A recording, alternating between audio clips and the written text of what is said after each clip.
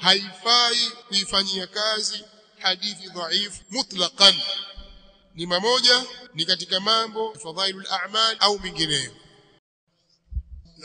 قال المؤلف رحمه الله تعالى: الحديث الرابع عشر عن أبي مسعود رضي الله تعالى عنه قال: قال رسول الله صلى الله عليه وسلم: لا يحل دم امرئ مسلم إلا بإحدى ثلاث: الثيب الزاني والنفس بالنفس والتارك لدينه المفارق للجماعة. رواه البخاري ومسلم. نعم. الحديث الرابع عشر حديث يكون من النه. أنا سمع عن ابن مسعود رضي الله عنه قال: مبكيوا kutoka ابن مسعود رضي الله عنه مسمع قال رسول الله صلى الله عليه وآله وسلم amesema mtume wa Allah sallallahu alayhi wa alihi wasallam: la yahillu damu mri'in muslimin illa bi ihda thalathin, si halali damu ya mtu muislamu isipokuwa kwa moja kati ya mambo matatu. Si halali damu ya mtu muislamu isipokuwa kwa moja ya mambo matatu: athayibu zani, zani muhsan, mzinifu muhsan, wan nafsu bin nafsi, na nafsi itauawa kwa kuua nafsi, wan nafsu bin nafsi, na nafsi itauawa kwa kuua nafsi, watariku lidinihi, na mwenye kuiacha dini yake, almufariqu liljamaa, mwenye kufarikiana na kundi la Waislamu. Watariku lidinihi, na mwenye kuiacha dini yake, almufariqu liljamaa, mwenye kufarikiana na kundi la Waislamu. La yahillu damu mri'in muslimin, damu mri'in muslim ay la yahillu qatluhu, si halali kumuua, sababu inna dima'akum wa amwalakum wa a'radakum alaykum haram, hakika damu zenu na mali zenu na heshima zenu juu yenu ni haramu. sawa. Illa bi ihda thalath, ay bi wahidatin min athalath, isipokuwa kwa moja mambo matatu. La kwanza athayibu zani. Kabla tujiendelea hadithi hii ya Ibn Mas'ud radhiyallahu ta'ala anhu, nimetangulia kuzungumza kule nyuma kwamba kuna hadithi imesoma: umirtu an uqatila an-nas hatta yashhadu an la ilaha illa Allah wa anna Muhammadan rasulullah wa yuqimu as-salah wa yu'tu az-zakah fa in fa'alu dhalika 'asamu minni dima'ahum wa amwalahum illa bihaqqi al-islam wa hisabuhum. Hadithi hii ambayo tumesoma sasa hivi itakuja kufafanuliwa na hadithi ya 14 ambayo ndio hii tunaisoma sasa, kwa maana kwamba nimeamrishwa mimi kupigana na watu mpaka washahadia kwamba hapana mwenye kuabudiwa kwa haki isipokuwa Allah, na kwamba Muhammad ni mtume wa Allah, na wasimamishe swala na watoe zaka. Wakiyafanya hayo watajikinga kwangu mimi, watazikinga kwangu mimi damu zao na mali zao, isipokuwa kwa haki ya Uislamu, isipokuwa kwa haki ya Uislamu. Hapa kwenye haki ya Uislamu ni ipi? Imefanuliwa na hadithi hii ya 14, na hisabu zao kwa Allah azza wa jalla. Kwa haki ya Uislamu ni mambo haya yanatajwa: al-hadd wal-qisas wat-ta'zir. sawa. Mtume sallallahu alayhi wa alihi wasallam anatuelezea ukubwa wa heshima ya damu ya Muislamu, na kwamba sio halali kumwagwa damu ya Muislamu maadamu yeye ni Muislamu, ameingia kwenye Uislamu kwa kutamka shahada, ametekeleza tauhid, yuko ndani ya Uislamu. Haitafaa kumuua ila kwa akifanya moja katika mambo haya matatu. Sasa illa bihaqqi alislam, sasa haki alislam ni kufanya moja haya mambo matatu. Moja katika hilo ni alhadd, adhabu ya kisheria ile alhadd. Mfano hadi yenyewe kama athayibu azani, zani muhsan, mzinifu muhsan, Ikisemwa mzinifu muhsan ni yule ambaye alladhi jamaa fi nikahin sahih, ni mtu ambaye amefanya jimai na hali ya kuwa yuko ndani ya ndoa sahihi. Atakapozini baada ya kuwa Allah amemneemesha kwa neema ya ndoa iliyo sahihi, atastahiki kuuawa. Huyo azani almuhsan, kwa maana ya kwamba kama akiwa aliyezini ni albikru la yahilu damuhu idha zana, haitakuwa halali damu yake atakapozini, kwa maana ya kwamba ikiwa amefanya jimai lakini bado hajaingia kwenye ndoa yeye, sheria yamuita huyo ni albikru. Hata kama mwanamke amezalishwa watoto 10 lakini hajawahi kuolewa, mwanamke amezaa watoto 10 bado anaitwa bikru. Watashangaa, itakuwaje bikra akazaa watoto 10? Wewe unazungumzia bikra kimaumbile, sio unazungumzia bikra katika upande wa hukumu ya sheria. Sawa? Kisheria yule anahesabika maadamu hajaonja ndoa ya sahihi, sheria yake, hukumu yake inahesabika kwamba yeye ni albikru. Kikazaa nje ya ndoa, huyo atakuwa ni azani baghia, kahaba huyo, kazaa watoto 10 nje ya ndoa. Lakini sheria bado inamzingatia kuwa ni albikr, kwa maana kwamba kama atazini hatapigwa mawe mpaka kufa. Unanielewa? Atakuwa ushahidi ukithibiti atapigwa bakora tu. Mnaelewa ninachosema? Msitumie lugha za kisheria kimtaani. Atakuwaje bikra bwana? Mtu kishazaa namna hiyo, watoto ngapi sijui, bikra atakuwaje? La, albikru shar'an, kwa maana ni ambaye bado hajaonja jimaa katika, hajaingia katika nikahi, huyo ndio aitwa albikru. Kwa hiyo huyu hatapigwa hadi ya kuuawa, hatapigwa mawe huyu. Yule ambaye atakuwa ameingia katika ndoa kaonja jimaa katika ndoa sahihi, huyo atakuwa ni thayyib. Akizini atatakiwa apigwe mawe. Baadhi ya wanawachuoni kama Ali bin Abi Talib radhiyallahu ta'ala anhu amefanya hivyo. Yeye amekusanya baina ya jaldi na arrajm. Jaldi atapigwa mijeledi kwanza, huyo thayyib atapigwa mijeledi 100, alafu akimaliza mijeledi atapigwa mawe, sio mpaka mawe yaishe, mpaka afe.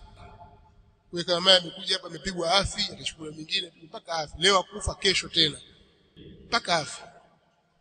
Sawa? Ndio katika aya anasema nimepiga rajmu, nimepiga jaldi kwa aya, azaniyatu wazani fajlidu kulla wahidin minhuma 100 jalda. Mzinifu mwanamke na mzinifu mwanamume wapigeni wao kila mmoja katika wao mijeledi 100. Na rajmu kupiga mawe ni kwa sunna. Ile aya ambayo ni mansukha, kuna aya ambayo imefutwa, tamko lake limefutwa, lakini lafzi lake, lakini hukumu yake iko nayo, ni ash-shaykhu wash-shaykhatu idha zanaya farjumuhuma albatta nakala min Allah wallahu azizun hakim. Hii aya haiko katika Qur'an, imefutwa. Yani ni katika aya ambayo ni mansukhatu tilawa, imefutwa kisomo chake, lakini imebakia hukumu yake, na Mtume swalla salam akaifanyia kazi. Kwa maana thayyib mwanamume na mwanamke ndio sheikh, yule ambaye ameshaonja ndoa. Sheikh mwanamume na mwanamke watakapozini, basi wapigeni wao mawe. Na hiyo ni hali ya kuwa ni adhabu kutoka kwa Allah azza wa jalla, na Allah ni azizun hakim. Tayib, Mtume sallallahu alaihi wasallam alifanya hivyo, alimpiga mawe Ma'iz ibn Malik, sahaba mtukufu radhiyallahu anhu. Kadhalika na al-Ghamidiyya, maratu al-Ghamidiyya, mwanamke katika kabila la Ghamidiyya, katika hadithi ile alipokea Muslim, hadithi ya Buraida. Kadhalika Mtume sallallahu alaihi wasallam alimpiga mawe Myahudi mwanamume na Myahudi mwanamke, aliwapiga mawe wale. Iko hadithi imekuja ingine dhaifu, lakini amewapiga rajmu na wengineo na mfano wa hao. Maratu Asif yule pia alipigwa mawe na wengineo na masahaba baadaye walikuja kufanya hivyo. Tumeelewana? Kwa athayibu azani, mzinifu muhsan. Wa pili, wanafsu binafsi, tumesema nafsi itauawa kwa kuua nafsi. Nafsi itauawa kwa kuua nafsi. Mtu amemuua mwenzake kwa taratibu zile ambazo zinaitwa kwamba hii ni kisasi. Sasa hii ya jambo la pili hili ni al-qisas. An-nafsu bin-nafsi ni qisas. Lakini hadithi hii pamoja na aya zinafafanuliwa na hadithi nyinginezo. Kwanza hadithi hii ufafanuzi wake utakuja kwenye aya, alafu aya yenyewe yafafanuliwa na hadithi. Kwa mfano, lazima ipatikane mukafa katika dima, kufanana katika damu. Si kwamba kwa sababu wewe huyu kamuua huyu basi lazima uliwe. La, al-hurru bil-hurr. Mwanamume muungwana alimuungwana atauawa kwa kumuua muungwana, kwa maana kwamba muungwana akimuua mtumwa hakuna kuuliwa. Wal abd bil abd, na mtumwa kwa mtumwa, pana mukafa wa damu. Wal untha bil untha, mwanamke kwa mwanamke. Lakini sunna pia imebainisha kwamba la yuqtalu muslimun bikafir, hata uliwa muislamu kwa kumuua kafiri, wala muungwana hata uawa kwa kumuua mtumwa, wala baba hata uliwa kwa kumuua mwanawe. Mtu amemuua mtoto wake hata uliwa katika hili. Sawa? Kwa nafsu bin nafsi, na kama ilivyoelezwa katabna alayhim fiha anna an-nafsa bin nafsi, simekuja hivyo katika sura al-Maida. Basi ufafanuzi wake lazima kuwe na mukafa katika damu. Lakini kitu kingine ni lazima yule aliyeua au amekusudia kuua na akatumia kitu ambacho kinaua. Lakini kama hakukusudia kuua, wewe ulikuwa piga shabaha au wamlenga mnyama ukampiga digidigi hapo, mara kumbe ukatokea mtu ukampiga risasi au ukampiga mshale akafa, hukukusudia yeye. Au umemkusudia mtu hasa, lakini kitu chenyewe akiui, umemrushia nguo, umemlenga unamrushia nguo, akaanguka akafa hapo, pia kashtuka tu kafa hapo. Haiambii kwamba kisasi leo lazima uawe. La, umemkusudia lakini kwa kitu ambacho hakiui ghaliban. Lakini umemkusudia mtu kwa kitu chenye kuua, basi itakuwa hiyo ni pana kisasi hapo. Lakini kwa masharti itakafu idimai. Watariku lidini, na mwenye kuiacha dini yake. Almufariqu liljamaa, mwenye kutengana na jamaa. Almufariqu liljamaa, atariku lidini, mwenye kuiacha dini yake kaacha Uislamu. Almufariqu liljamaa, mwenye kufarikiana na kundi la Waislamu. Hapa pana tafsiri mbili. Tafsiri ya kwanza kwamba huyu ni murtadi, mtu ametoka kwenye Uislamu, Allah amemneemesha kwa neema ya Uislamu, akawa katika Uislamu, mara karitadi kaenda katika Ukristo. Mimi naona kuja kwenye dini hii bwana, na wao wapita kwa Isa, kwa Yesu, hawa wapita kwa Muhammad, tunakwenda kukutana mbele ya Mungu huko. Akatoka kwenye Uislamu, a'udhu billahi min dhalik, akawa murtadi.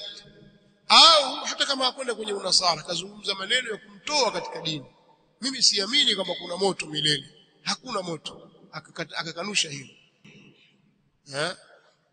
Mimi siamini kama kuna Mungu mathala, wal-iyadhu billah, mtu akatamka maneno kama haya atakuwa murtadi huyu. Sasa kurtadi utasababisha auawe huyu, naelewa. Hii ni moja katika tafsiri, ndio atariku lidini. Tafsiri nyingine atariku lidini kwa maana ni baadhi ya dini, ameacha sehemu katika dini kwa kutoka nje ya jamaa ya Uislamu. Kwa maana amefanya khuruj, amefanya uasi, anataka kufanya mapinduzi huyu, anataka kumpindua mtawala. Wenyewe katika lugha za kisasa wanasema uhaini. panga njama za kumpindua mtawala aliyokuwa madarakani, ima akae yeye au amweke mtu mwingine anemtaka yeye, hata kuleta balbala katika safu katika mji, katika nchi, huyu atauawa, hukumu yake. Umefahamu tusirefushe maneno. Soma hadithi nyingine ili tumalize na hadithi hii. قال المؤلف رحمه الله تعالى: الحديث 15 عن أبي هريرة رضي الله تعالى عنه أن رسول الله صلى الله عليه وسلم قال: من كان يؤمن بالله واليوم الآخر فليقل خيرا أو ليصمت، ومن كان يؤمن بالله واليوم الآخر فليكرم جاره، ومن كان يؤمن بالله واليوم الآخر فليكرم ضيفه. رواه البخاري ومسلم. نعم. عن أبي هريرة رضي الله عنه، الحديث 15 حديث 15 عن أبي هريرة رضي الله عنه، يبقيوا kutoka Abu Huraira radhiyallahu anhu anna Rasulullah sallallahu alayhi wasallam قال, kwamba mtume wa Allah sallallahu alayhi wasallam amesema: man kana yu'minu billahi wal yawmil akhir, yoyote anayemwamini Allah na siku ya mwisho, yani siku ya kiyama. Man kana yu'minu billahi, yoyote anayemwamini Allah, wal yawmil akhir, na siku ya mwisho, faliyaqul khaira, basi na aseme khairi, aliseme neno lilokuwa la khairi, au liyasmut, au anyamaze. Zungumza maneno ya khairi au nyamaza, kaa kimya. Utapata hasara ukikaa kimya, bali utapata faida. In kana alkalamu min fidda wasukutu min adh-dhahab, ukiwa kuzungumza maneno yatokana na fedha, basi kunyamaza ni kutokana na dhahabu. Nyamaza kuna thamani kubwa kuliko kusema ambalo halina faida. Na hadithi hii ni adab min al-adab al-azima, na hii ni ndugu yake ile min husni islami al-mar'i tarkuhu ma la ya'nihi, sema katika adab. Kwa hiyo hadithi inafahamisha kwamba katika sifa miongoni mwa sifa za mu'min anayemwamini Allah na kuamini siku ya mwisho, ambaye yakhafu Allah wa yattaqi wa yakhafu ma yahsulu lahu fi al-yawm al-akhir, anaogopa na muogopa Allah na anamcha Allah na anaogopa atakayopatikana siku ya mwisho. Wa yarju an yakuna najiyan fi al-yawm al-akhir, katika sifa zake la yaqulu illa khaira, hasemi isipokuwa khair. Annahu yaqulu khaira au yasmut, huwa anasema khairi au anakaa kimya. Waman kana yu'minu billahi wal yawmil akhir, na yeyote anayemwamini Allah na siku ya mwisho, falyukrim jarahu, basi na amkirimu jirani yake. Jarahu fil bait, jirani yake katika nyumba, lakini pia nakusanya jarahu fil matjar, katika sehemu ya biashara, kajarika fi dukkan. Sawa, jirani yako mkirimu, mfanyie wema. Na watu wengi wamefeli katika mambo ya ikramul jari. Waman kana yu'minu billahi wal yawmil akhir, na yoyote anayemwamini Allah na siku ya mwisho, falyukrim dhayfahu, basi na amkirimu mgeni wake. Kirimu mgeni wako ulionaye, ikramu dhayf, an tabdhula lidhayf min as-sifat al-mahmuda ma bihi yahsul lahu al-haqq. Kirimu mgeni wako kwa ikramu dhayf ni katika mambo muhimu sana. Pamoja kwamba watu wengine washukulia kama ni hasara kumkirimu mgeni. Mgeni tu anakuja hapa, watu na bajeti zao, mtu haja tu hata taarifa atoi. Sasa itakuwaje? Mkirimu mgeni wako, tu'ti lidhayf, nampa mgeni, unaonyesha bashasha katika wajihi, kwa ulimi wako, kwa sifa nzuri, kwa kumkaribisha kuzuri. Sawa, miongoni mwa hali kumlisha chakula na kumfahamisha nilikuwa na maslaha na yeye, hata kwa muda wa siku 3 umfanyie ikram. Jambo hili watu wengi wamefeli kwa sababu ya khuluq ya bukhli iliyoko ndani mwao. Nasallallahu lana wa lakum al-afiyah was-salama. Lakini katika makarimul akhlaq ni katika mambo ya iman.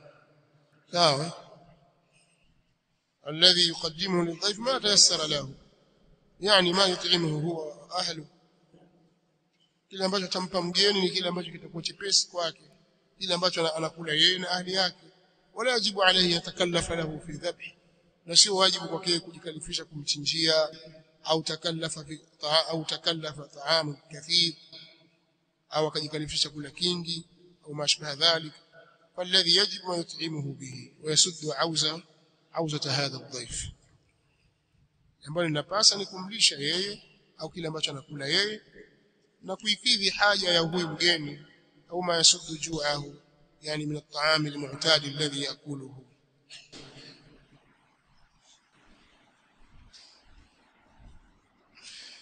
Nasema kwamba ilikuja katika athari kwamba watu wa al-kitabi walimpelekea ujumbe wa Umar ibn Khattab radhiyallahu anhu, wakamwambia innal muslimina idha marru bina kallafuna bidhabhi ad-dajaj lahu, waislamu wanapopita kwetu sisi wanatukalifisha tuwachinjie kuku.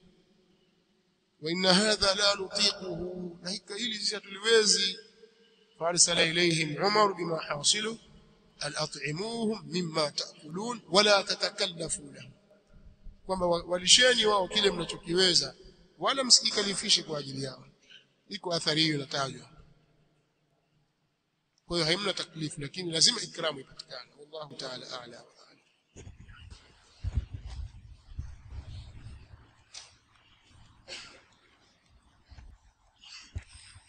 Barakallahu Sheikh, naomba kuuliza, baba akizini na mwanawe atapigwa mawe mpaka afi? Naam, maadamu ameshaonja ni thayib yeye. Ukipatikana ushahidi, na ushahidi kwa mwanamume unakuwa kwa njia mbili: ushahidi wa watu wanne wanaume walioona akifanya zina dhahir shahid, au ushahidi wa kukiri yeye mwenyewe, akakiri kwamba mimi nimefanya, ajishuhudisha katika nafsi yake. Ikithibiti hivyo atapigwa mawe. Ni mmoja kazini na binti yake, afana Allah wa iyyakum, au amezini na mwanamke mwingine yoyote, awe ni muungwana au mtumwa. Ikipatikana kwake zina, atapigwa mawe yeye. Binti akiwa yeye si muhsan, kwa maana sio thayyib bali ni bikr, yeye atapigwa bakora. Sawa, huyo binti. Kama ilipopatikana yule mtu aliyekwenda kazini na mwanamke wa mtu, kijana alikuwa mfanya kazi, watu asif. Yule kijana alikuwa hajaoa, Mtume صلى الله عليه وسلم akaamrisha apigwe bakora.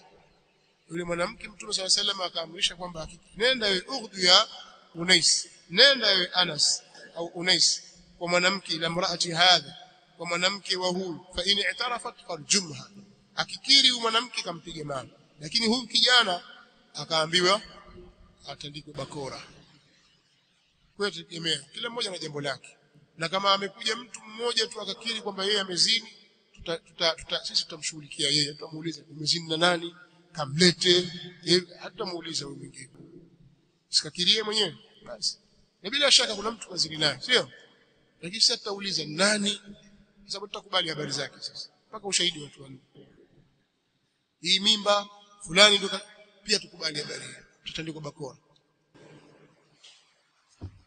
Na mwanamke bikira alizaa akiolewa mke wa pili, mume atalala siku ngapi kabla ya kuanza sasa? Tunasema bikira katika sheria hukumu yake ni hukumu ya bikira. Sawa? Kwa mtu akioa mwanamke bikira atakaa kwake siku 7. Dakika zana tu 5, hii bikira huyo hajaolewa. Sawa? Wallahu a'lam.